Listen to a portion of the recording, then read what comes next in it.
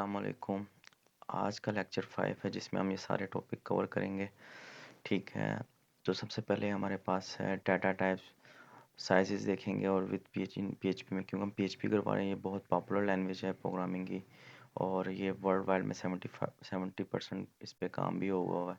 World wide बहुत famous है। ठीक है, इसका जैसे कि वर्डप्रेस भी इसी पे बना हुआ है। इसके काफ़ी हम फ्रेमवर्क भी इस पे काफ़ी, कोऑर्डिनेटर है, लारावल है, काफ़ी फ्रेमवर्क इन्होंने पीएचपी पे बनाए हुए हैं, जो कि इन पे बहुत बड़े बड़े सॉफ्टवेयर भी बने हुए हैं। तो हम पीएचपी आज से स्टार्ट कर रहे हैं और आज हम डाटा टाइप्स पढ़ेंगे। आस्क की क्या होती हैं, वेरिएबल्स क्या होते हैं, मैकेनिज्म उसका, प्रोग्रामिंग में इको और प्रिंट में क्या डिफरेंस है, अर्थमेटिक ऑपरेटर क्या होते हैं, प्रेसिडेंस देखेंगे, रिलेशन ऑपरेटर और लॉजिकल ऑपरेटर देखेंगे, इफ एल्स और एल्स इफ और नेस्टेड इफ देखेंगे विथ प्रोग्रामिंग। और और हम थ्योरी में भी देखेंगे कि असल में इसका मकसद क्या होता है, यूज़ कहाँ होता है सारा। तो सबसे पहले हम जाके देखते हैं डाटा टाइप्स क्या होते हैं। मैं एक डायग्राम से आपको समझा देता हूँ। डाटा टाइप्स हर प्रोग्रामिंग लैंग्वेज में होते हैं। ठीक है, प्रोग्रामिंग लैंग्वेज में डाटा टाइप्स होते हैं और उसमें फिर दो टाइप्स होते हैं, प्रिमिटिव डाटा टाइप्स और नॉन प्रिमिटिव डाटा टाइप्स। ये सी शार्प में भी होते हैं, जावा में भी होते हैं, पीएचपी में भी होते हैं, हर प्रोग्रामिंग लैंग्वेज। और ये इसके जैसे कि प्रिमिटिव डाटा टाइप्स कौन से, नॉन प्रिमिटिव डाटा टाइप्स कौन से हैं। प्रिमिटिव डाटा टाइप्स होते हैं जिसमें न्यूमेरिक आ जाए, जिसमें 1 2 आ जाए। ठीक है, कोई काउंटिंग नंबर आ जाए, उसके इंटीजर होते हैं, फ्लोटिंग नंबर आ जाए 1.2 2.2 ऐसे 0.1, ये फ्लोटिंग नंबर होते हैं। ठीक है, और नॉन न्यूमेरिक डाटा टाइप्स वो होते हैं जिसमें करेक्टर आ जाए। ठीक है, बूलियन, ट्रू एंड फॉल्स, 1 या 0। ट्रू होता है 1 और 0 होता है फॉल्स। ठीक है, नॉन प्रिमिटिव डाटा टाइप्स वो होते हैं जिसमें स्ट्रिंग आ जाए, जिसमें अरे आ जाए। अरे क्या होती है, हमको होता है लिस्ट, डाटा ऑफ लिस्ट। ठीक है, यूज़र क्या है, यूज़र डिफाइंड एक्सेस क्लासेस, कुछ ही ऑब्जेक्ट्स होते हैं। ठीक है, क्लासिफिकेशन के भी हम क्लास को भी पकड़ेंगे, उसको भी हम नॉन पैरामीटर डाटा टाइप्स कहते हैं। ठीक है, जो कि जैसे गाड़ी है वो एक ऑब्जेक्ट है और उसके अंदर उसके एट्रीब्यूट्स आ जाते हैं, कार, टायर, कार, और साथ में उसके आ जाते हैं जैसे कि कलर, इंजन, ये उसके एट्रीब्यूट्स है। ठीक है, फीचर्स भी हम इसे कह सकते हैं। तो ये एक ऑब्जेक्ट्स की डिफरेंट हमने एट्रीब्यूट्स को हमने डिफाइन किया, तो इसको हम कहते हैं ऑब्जेक्ट क्लासेस में हम यूज़ करेंगे। ठीक है, तो ये थी हमारी डाटा टाइप्स, हर प्रोग्रामिंग लैंग्वेज में होती है। तो प्रिमिटिव डाटा टाइप्स भी आपको समझ आ गया और नॉन प्रिमिटिव डाटा टाइप्स की भी आपको समझ आ गई होगी इंशाल्लाह। ये बहुत ईजी है, कोई मुश्किल नहीं। इंटीजर और फ्लोटिंग नंबर आपको पता न्यूमेरिक होते हैं। उसके बाद हम आगे बढ़ते हैं, क्या आस्क की वैल्यू क्या होती है। तो आस्क की, हम एक डायग्राम देख रहे हैं, ये प्रोग्राम, ये अमेरिका ने एक स्टैंडर्ड फॉर्म रखा हुआ है। ठीक है, हर करेक्टर के लिहाज से, जैसे कि ये ए है ना, इसका पीछे क्या वैल्यू 65, ये बी है उसका 66 है, ये करेक्टर है। और हेक्साडेसिमल बाइनरी में ये होगा। फिर आज की वैल्यू, ये बड़े छोटे ए की ये वैल्यू रख दी है, बड़े उसकी ये एग्जैक्ट वैल्यू ये है, और बाइनरी ये, जो कि हमने फर्स्ट लेक्चर, ये 3 लेक्चर जो मैंने पढ़ाए थे बेसिक, हमने यही बताया था बाइनरी लैंग्वेज का था, मशीन लैंग्वेज। ठीक है, तो कुछ भी मशीन लैंग्वेज में एग्जीक्यूट होता है तो उन्होंने उनकी वैल्यू स्पेसिफिक कर दी है, डिफाइंड। ठीक है, ए की ये वैल्यू होगी, हर चीज़ की कोई वैल्यू होती है। उन्होंने पीछे अमेरिकन ने एक स्टैंडर्ड फॉर्म रख दिया। प्रोग्रामिंग ये हर प्रोग्रामिंग लैंग्वेज में सेम रहते हैं, ये डिफरेंट नहीं होती है। अमेरिकन स्टैंडर्ड फॉर्म में उन्होंने किया हुआ है। फिर जाके हम इसकी डायग्राम भी, ये डायग्राम है। ठीक है, ये मैं प्रोवाइड भी कर दूंगा आपको इमेज।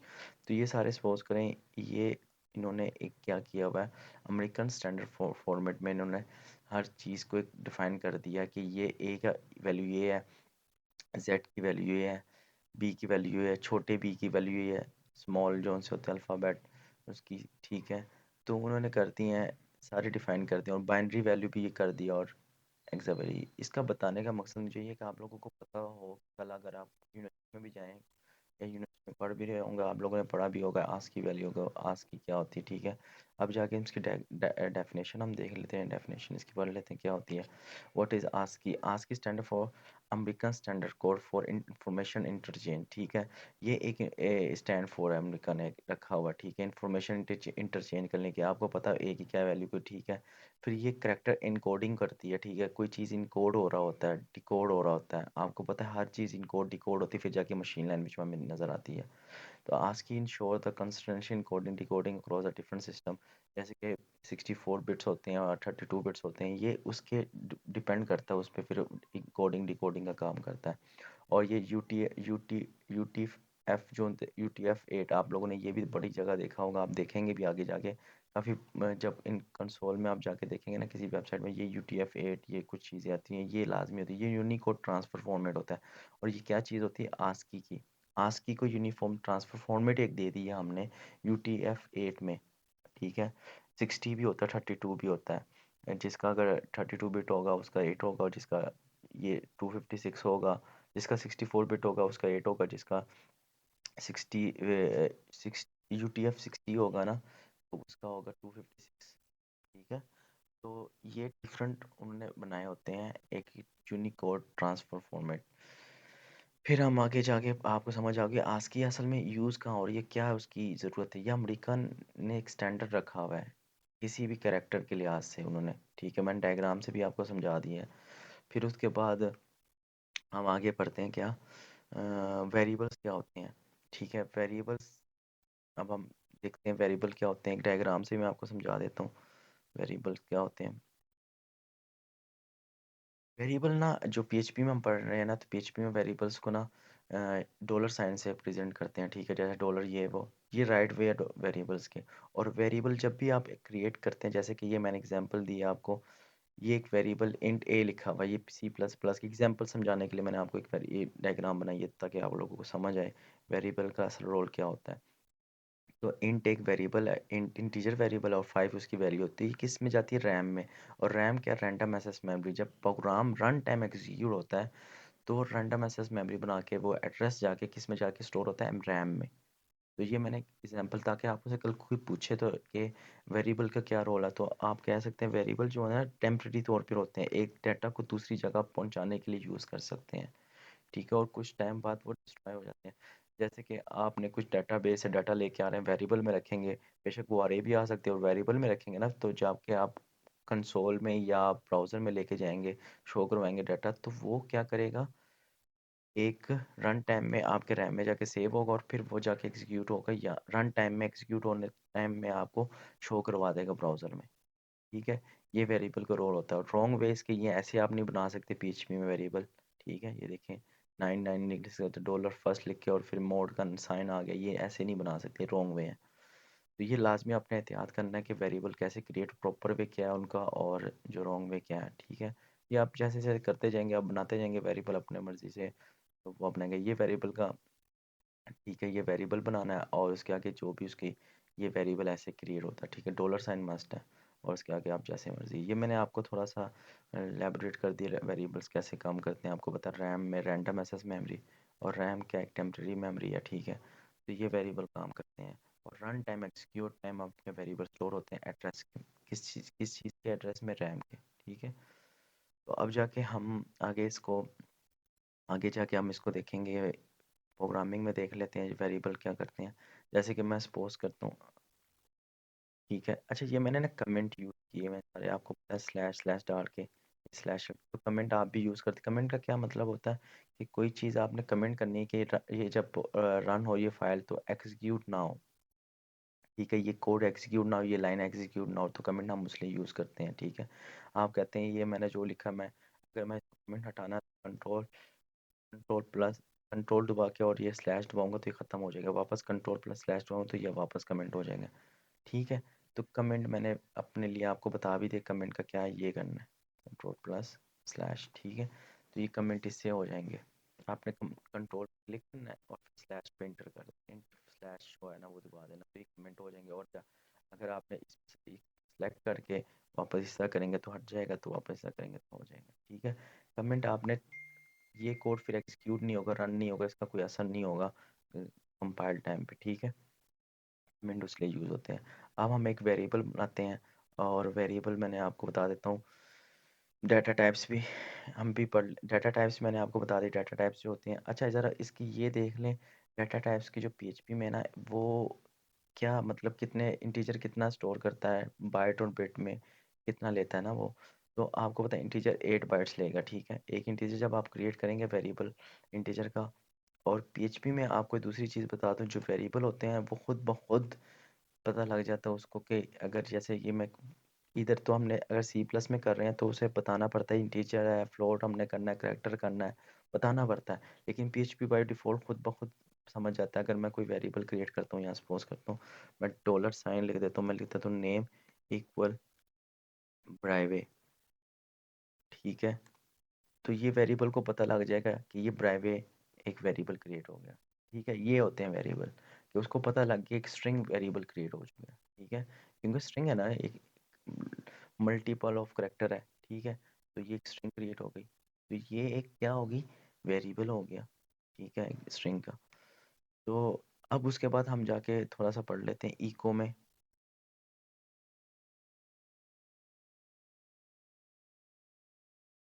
इको और प्रिंट में क्या डिफरेंस है, और मैंने वेरिएबल का मैकेनिज्म सारा बता दिया। इको और प्रिंट में क्या, इको प्रिंट करने के लिए है, ठीक है। और प्रिंट जो है ये भी प्रिंट करने के लिए, कोई चीज़ प्रिंट, कोई वेरिएबल प्रिंट करना, कोई डाटा प्रिंट करना, कुछ भी तो प्रिंट करने के लिए। लेकिन इको जो उनसे नहीं, रिटर्न नहीं होता, प्रिंट होता है, रिटर्न होता है, ठीक है। ये होता है डिफरेंस।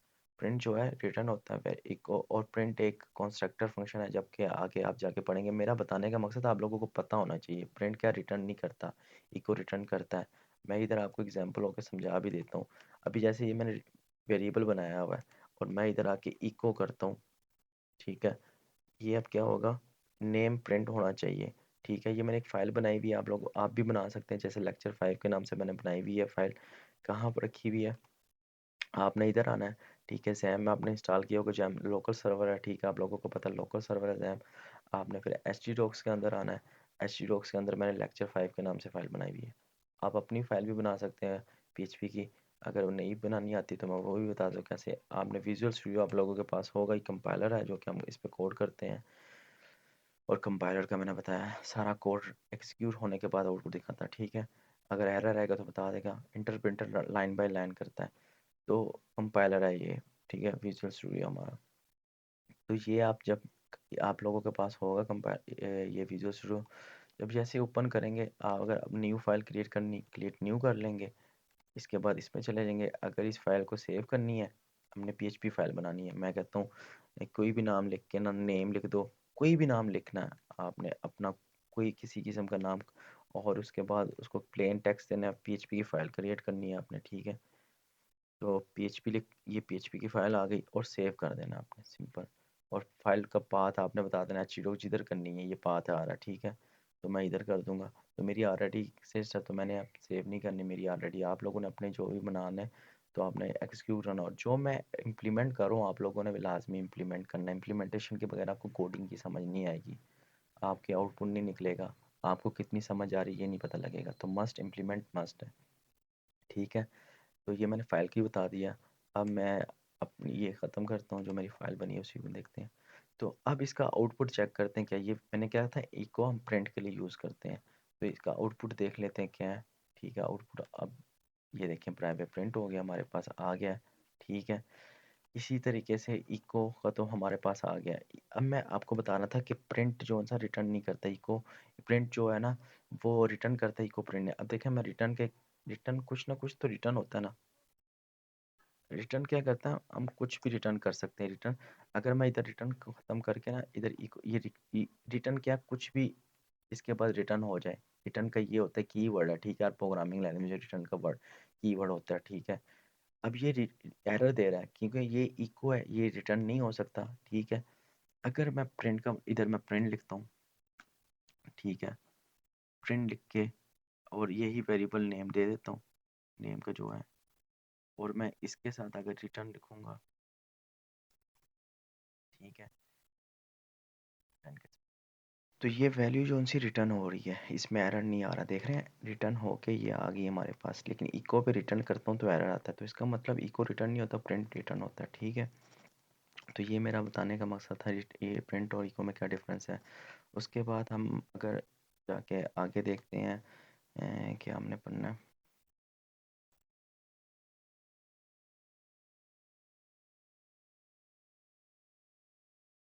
ठीक है। अरिथमेटिक ऑपरेटर क्या होते हैं, अरिथमेटिक ऑपरेटर जो है हम देख लेते हैं। जो कि आपको पता, प्लस माइनस डिवीजन होते हैं, और ये एग्जांपल है साथ में, 4 + 2 6, ये सारी, ठीक है। रिजल्ट आ रहा है, और प्लस माइनस डिवीजन, मोड और डिवीजन, मल्टीप्लाई, ये सारे अरिथमेटिक ऑपरेटर हैं। इंक्रीमेंट, प्लस प्लस होता है वो इंक्रीमेंट के लिए यूज़ होता है प्रोग्रामिंग में, और डिक्रीमेंट होता है माइनस माइनस के लिए। आपको भी पता है ये अगर एक एक वेरिएबल आपने उसकी वैल्यू 10 रख दिया और वो इंक्रीमेंट करें तो प्लस हो जाएगा, अगर डिक्रीमेंट करें तो माइनस हो जाएगा, ठीक है। उसके बाद हम देख लेते हैं प्रेसिडेंस भी इनकी देख लेते हैं। प्रेसिडेंस होती है कि इसकी कौन सी हाई प्रेसिडेंस है, ठीक है।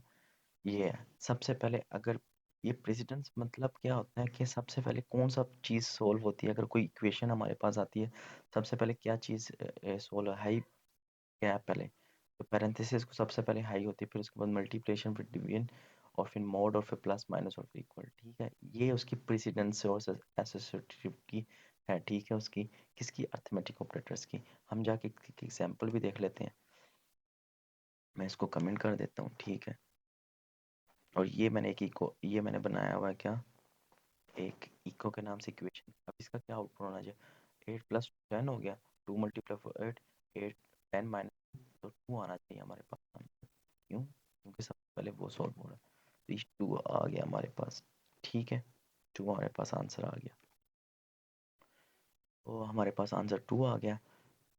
तो ये इसका मतलब ये है कि कौन सा चीज़ पहले वैल्यू लेगी, कौन सी चीज़ की पहले सॉल्व होगी, पहले ये सॉल्व होगी, फिर मल्टीप्लाई वाला साइन सॉल्व होगा, फिर ये प्रेसिडेंस होती है, ये लाजमी मैंने बतानी थी ताकि आप लोगों को पता हो, ठीक है। उसके बाद हम देखते हैं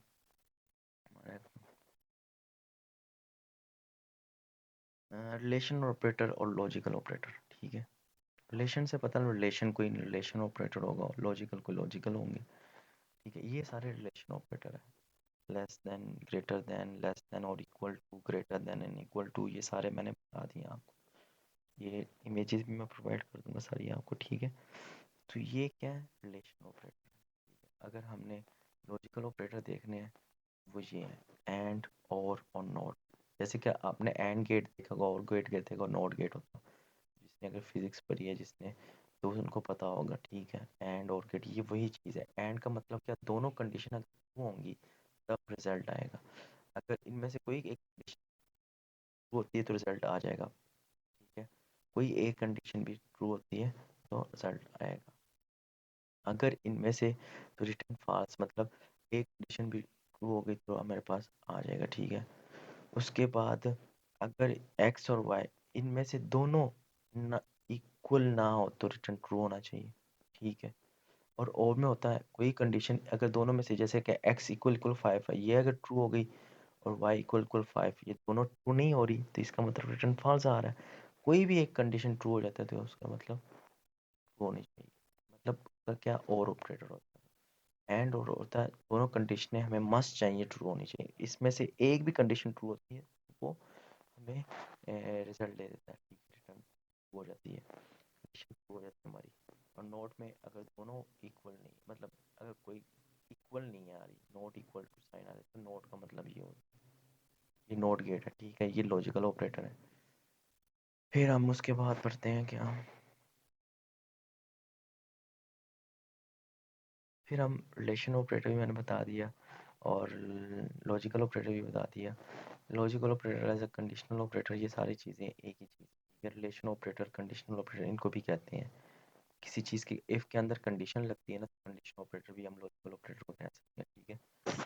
तो उसके बाद हमारे पास आ जाते हैं, और जब ये लॉजिकल ऑपरेटर और रिलेशन ऑपरेटर जो कुछ एक चीज़ बना देती है वो कंडीशन बनती है, तो उसे हम कंडीशनल ऑपरेटर भी कह सकते हैं, ठीक है।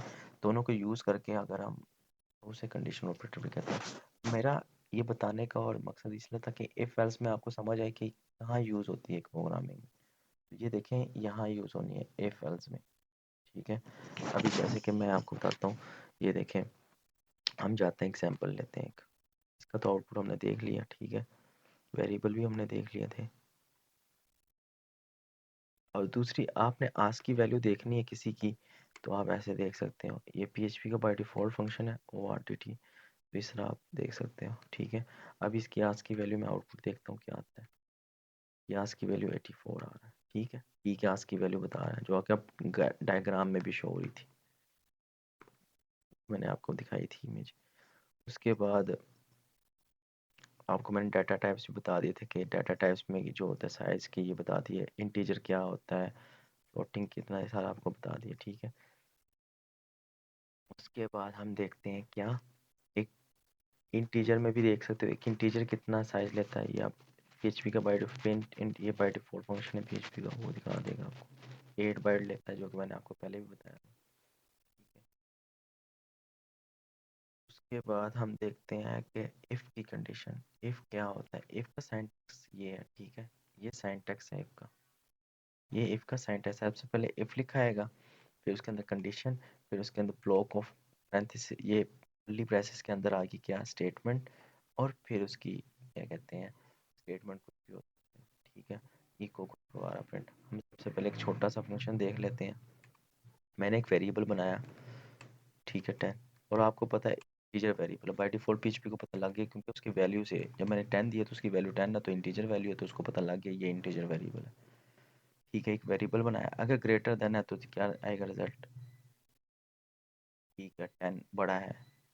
ग्रेटर देन है तो ये साइन आ गया, ये मैंने क्या यूज़ किया, रिलेशन ऑपरेटर यूज़ किया, और यहाँ से मुझे पता लग गया ग्रेटर देन आ गया, ठीक है।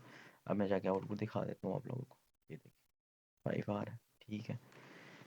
उसके बाद ये इफ एल्स, अगर मैं यहाँ क्या कहता हूँ 15 कर दूंगा तो मतलब 16 कर दिया आपने, तो यहाँ आप सपोज का फॉल्स हो जाएगा, ठीक है। तो फिर क्या एल्स चलेगी, तो देखिए नंबर इज लेस देन 5, ठीक है। तो ये हम कंडीशन, ये होते हैं कंडीशन स्टेट। इफ कंडीशन हमें इफ यहाँ यूज करते हैं, आइटरेशन भी इसे कह सकते हो, ठीक है।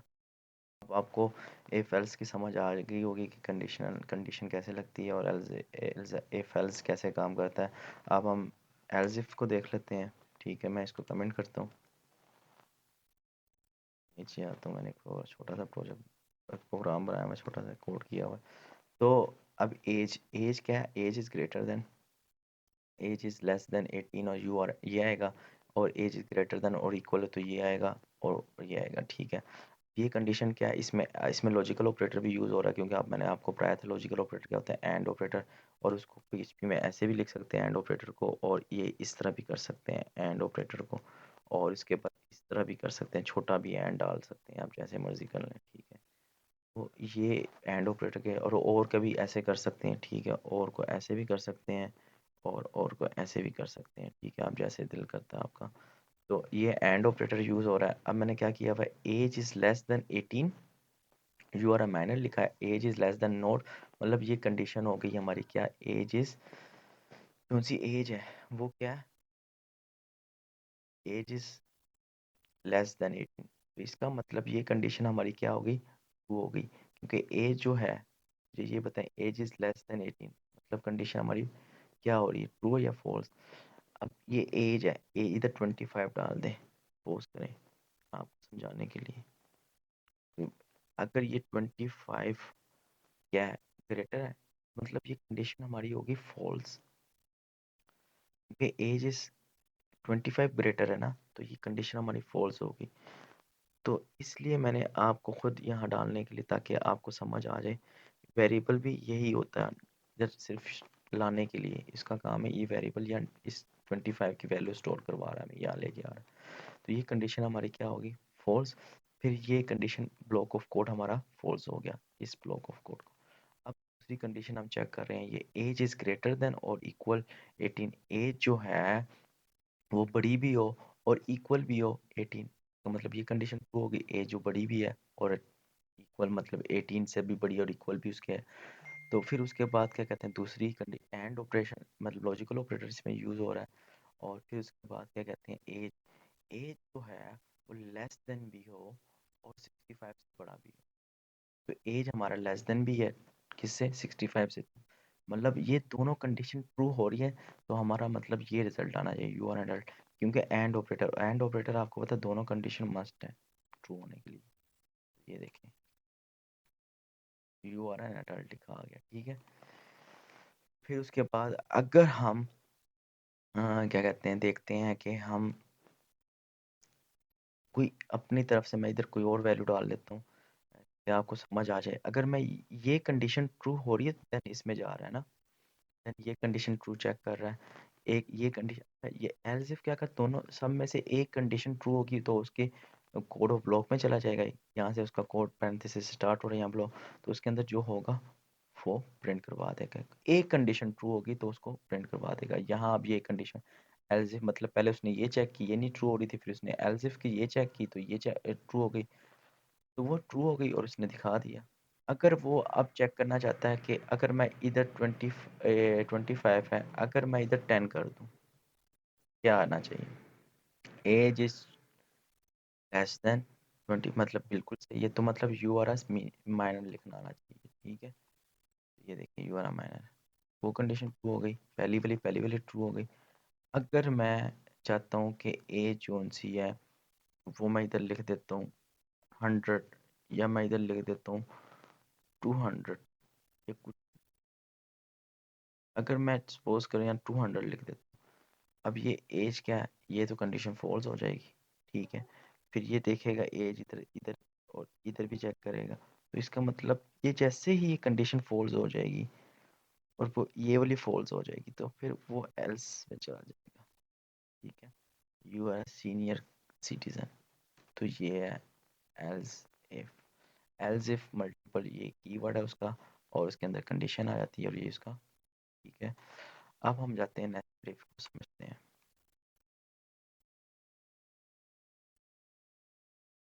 अगर ये कोड मैं खुद करूंगा ना तो टाइम 2 घंटे की वीडियो भी हो सकती है, इसलिए मैंने चंक्स ऑफ कोड किया हुआ ताकि आपको समझाने के लिए, आपको बहुत इजी समझ आ रही होगी मुझे पता है। तो वीडियो हमारी बहुत लेंथी हो जाएगी अगर कोड मैं खुद इंप्लीमेंट करूंगा। मैंने खुद किया तो खुद ही है, लेकिन मैं चाहता हूँ कि उसको इजी वे में सबको डिलीवर कर पाऊँ। मैंने 2 वेरिएबल लिए हैं, और आपको पता है वेरिएबल, उसको पता है इंटीजर है, वेरिएबल इंटीजर का आ गया इस स्टूडेंट, एक बूलियन वेरिएबल आपको पता है ट्रू और फॉल्स होते हैं। मैंने क्या कर दिया, अगर एज इज ग्रेटर देन और इक्वल है तो ये लिखा आ जाए, तो इसका मतलब ये कंडीशन ट्रू हो गई। और अगर एज, ठीक है, अगर एज इधर मैं रखता हूँ 25 रख, अगर एज है तो इसका मतलब ये कंडीशन ट्रू हो गई। वो जाके इफ के अंदर इफ यूज और एक और भी हो रही है, ये देखें इफ के अंदर इफ यूज हो रही है और एल्स भी उसके साथ, ठीक है। ये इसका इफ का एल्स का पार्ट है, ये जो पार्ट है ना ये एल्स, ये इस इफ का एल्स है, इफ इस इफ का। तो इसका मतलब ये अगर कंडीशन ट्रू हो गई है तो इसका ये भी चेक करेगा, अच्छा अगर ये कंडीशन हमने ऑलरेडी ट्रू वैल्यू दी हुई है और अगर ये ट्रू ट्रू हो तो ये and are you are student ये भी प्रिंट होना चाहिए। तो you are an adult and you are a student ये भी प्रिंट होना चाहिए, you are adult and you are student, मतलब दोनों कंडीशन ट्रू हो गई। अगर मैं यहाँ 10 कर देता हूँ तो ये मतलब ये कंडीशन फॉल्स हो जाएगी, वो डायरेक्ट इधर ही आ जाएगा, क्योंकि वो इस कंडीशन के तब इधर जाएगा जब ये ट्रू होगी तो इस कंडीशन के अंदर जाएगा, क्योंकि कोड ऑफ अगले कोड इफ का तो इसके अंदर लगा हुआ है, इस इफ के अंदर ये इफ लगा हुआ है, वो आगे कैसे जाएगा जब ये कंडीशन ट्रू ही नहीं होगी, ठीक है। एल चलेगी यू आर अ माइनर, जो कि हमने लिखा हुआ है यू आर अ माइनर। तो ये नेस्टेड इफ कुछ ऐसा काम करते हैं, और इफ एल्स की भी समझ आ गई होगी, और रिलेशन ऑपरेटर और कंडीशनल ऑपरेटर और वेरिएबल्स सारा कुछ आपको समझ आ गई। आई होप आपको अंडरस्टैंड अच्छी की होगी, आपको अच्छी तरह समझ आई होगी। इंशाल्लाह कमिंग क्लास में हम पढ़ेंगे लूप्स, पढ़ेंगे कौन से लूप्स होते हैं, फर्दर हम उसके बाद जेसन डाटा को भी देखेंगे कैसे होता है। तो बहुत इजी है और आपने घबराना नहीं इंशाल्लाह, और बहुत इम्प्लीमेंटेशन आपने करनी है साथ, इम्प्लीमेंटेशन मस्ट है, इम्प्लीमेंटेशन करेंगे तो आप कोड, वो मैं कोड करवा रहा हूँ अपना, खुद इम्प्लीमेंट करना, जाके खुद लिखना है आपको। इंशाल्लाह मिलते हैं नेक्स्ट क्लास में। अल्लाह हाफिज़।